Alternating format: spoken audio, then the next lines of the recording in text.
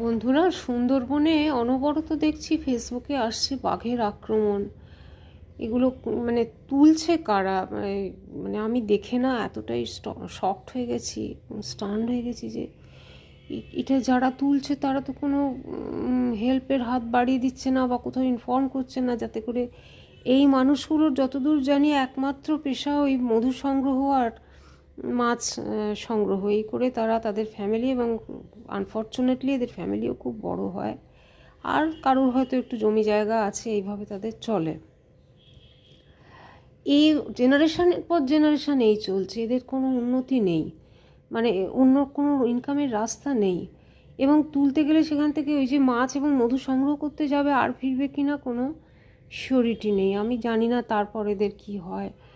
আর এইটা যে দেখছি, আমি বুঝতে পারছি না এরকম আনপ্রোটেক্টেড অবস্থায় এরকম একটা রিস্ক এরা নিচ্ছে কি করে। সরকারের তরফ থেকে এদের হাতে হয় যেমন বনকর্মীরা যেভাবে কাজ করেন, ঘুম পাড়ানি গুলি দিয়ে ঘুম পাড়িয়ে দেন, এদের হাতে সেই ধরনের কোনো ওয়েপন দেওয়া হোক, অথবা এদের লোহার বর্মের পোশাক দেওয়া হোক যেটাতে বাঘ আক্রমণ করলেও কিছু হবে না, অথবা বনকর্মীদের একটা করে সাপোর্ট এদের দেওয়া হোক, যাতে বাঘ দূর থেকে আসছে দেখলেই ঘুম পাড়ানি গুলি দিয়ে তারা এই মানুষগুলোকে প্রাণে তো বাঁচাতে হবে। এরমভাবে এরম মানে এইটা দিনের পর দিন কি চলতে পারে? এইভাবে যে এরা যাচ্ছে, আমি জানি না এখানে কোনো সরকারি বিধিনিষেধ অমান্য করে জঙ্গলে বনে ঢোকে, এবং কি রাত্রিবাসও করছি, নৌকা রান্না করছি, কি ভয়ঙ্কর রিস্ক নিতে পারে। এ কি পেশা? যে পেশায় তো জীবনটাই চলে যাবে, সেটার পেশা হলো কি করে?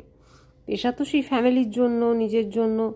নিজে তো চলে যাবে, ফ্যামিলিটাও তো ডুববে, যাদের আর কোনো সোর্স অফ ইনকাম কিছু নেই। সেই জন্য আমি আমার তরফ থেকে এদেরও বলছি, আপনারাও এবার একটুখানি ভাবুন, আর সরকারও এদের একটা প্রোটেকশনের ব্যবস্থা করুন। মানে এই আমি কনস্ট্যান্ট এসে যাচ্ছে এই ছবি আমার কাছে, আমি মানে কি বলবো, ভেবে পাচ্ছি না যে এটা এটা কী রকম। আর একটা নৌকায় 4-5 জন রয়েছেন, একজনকে টেনে নিয়ে চলে যাচ্ছে, বাকিরা অসহায় অবস্থায় চিৎকার চেঁচামেচি করে। সভ্য যুগে এরকম হয় কি জানি। একদিকে কত ভোট সারা বছর ধরে, তাতে কত অর্থ ক্ষতি